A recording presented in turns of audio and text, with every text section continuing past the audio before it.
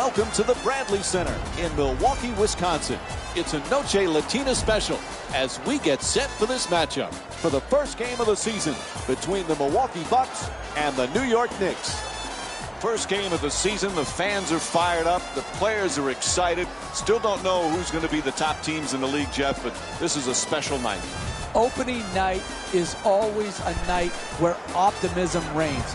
You have players who are optimistic, coaches, management, and most importantly, the great fans are optimistic, and you want to try to capitalize on that euphoria.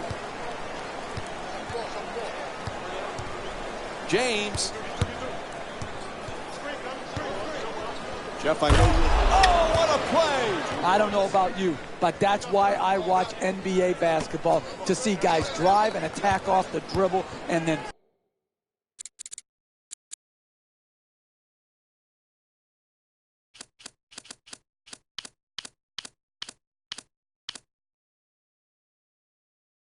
throw it down.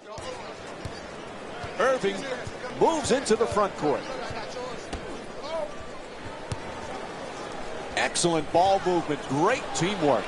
The reverse layup for two. Now that's nice body control right there to adjust your body and still be able to finish the layup. Number 25, Al Jefferson.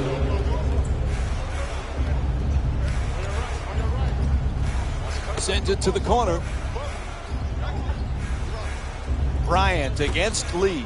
Anthony fires away. Anthony's shot can't get it to go.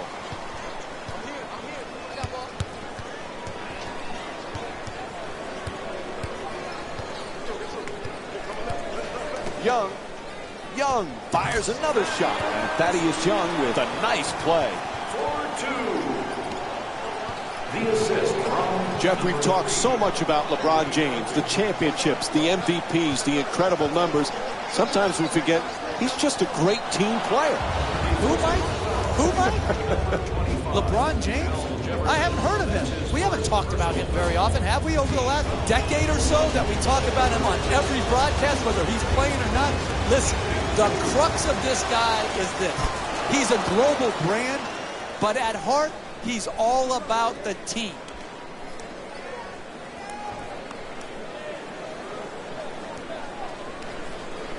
James, four-time MVP, just one of 5 players to have won the award that many times. You look at the names he's with: Bill Russell, Wilt Chamberlain, Kareem Abdul-Jabbar, Michael Jordan. He truly is one of the great players of all time. Well, there's no questioning that, Mike. I don't care what your top 10 list, or even if you narrowed it down to quote the Mount Rushmore of best players in NBA history, he's going to be under consideration. He can be maybe. Oh, that's a sweet finish right there. Dunking the ball with strength and force. Robinson set to bring it up. Terrific ball movement. James against Young. Adjusting in the air, counted, and the foul. Blocking called against Jefferson. And Tyson Chandler will get to the line to try and finish the three-point play. That's the concentration you need to finish with contact and earn your way to the free throw line. And he does it. A three-point play. New York's leading Milwaukee by a score of 7-6. Isn't it fun to watch Al Jefferson, Jeff? He's a throwback. This guy could have played in the 60s and 70s with his low-post game. He played for Kevin McHale in Minnesota. I think he learned the very best from McHale and is now able to incorporate that. The guy has a variety of moves. He has great footwork. But most of all, Mike, when that ball hits the rim, it falls in for him. He's got great touch. Irving against Robinson. Jeff, earlier we talked about LeBron James. One thing we forget, he just loves to play. And that's what it comes down to, Mike. This can be a very boring profession if you don't love the game of basketball.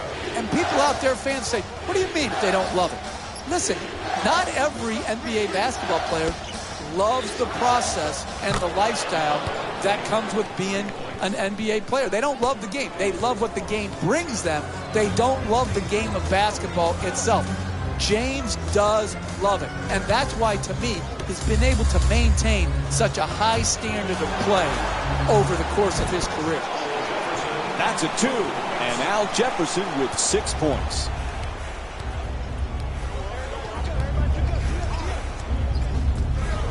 To Bryant.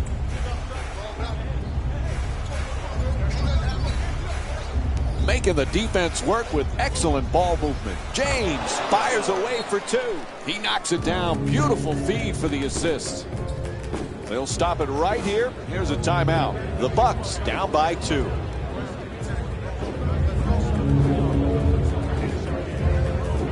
Using something he picked up from Rick Carlisle when he played for him in Dallas, Jason Kidd likes to give his players a written test on game days. They include questions about NBA history and team plays. That's a pretty interesting tactic, don't you think? Yeah, some guys really understand the history of the NBA, and others, I've been witness to this. The great Oscar Robertson walked through Madison Square Garden, and nary a person or player even recognized who he was. I'm like, are you kidding me? This guy is a human triple-double. Oscar Robertson did it for a season, and he could walk through Madison Square Garden, and no one even knows who he is? What a joke. Good for Jason Kidd. Good for the professor. Irving against Robinson.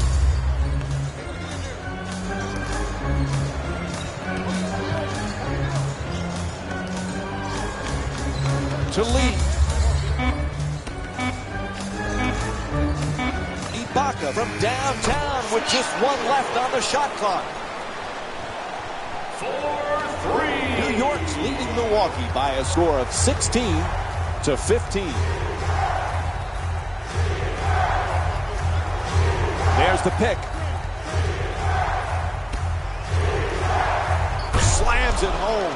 There's no reason to ever give up a slip on a pick and roll that leads to a basket. The man defending the screener has got to do a better job. The rotation's got to be early.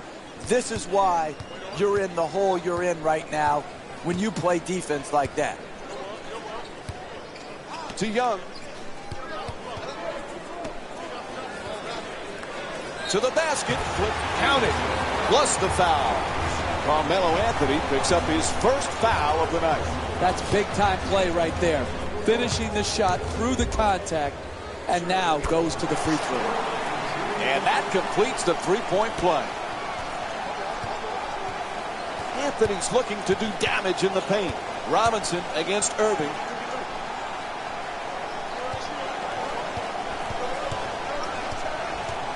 To James. He's got 6 points in this game. James fires it up, coming off the screen. Irving the rebound. Young walks it across.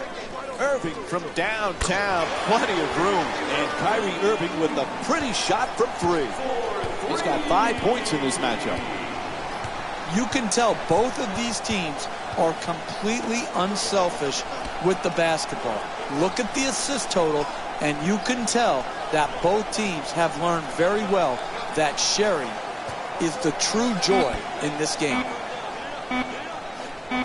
Bryant from downtown with 2 remaining on the clock.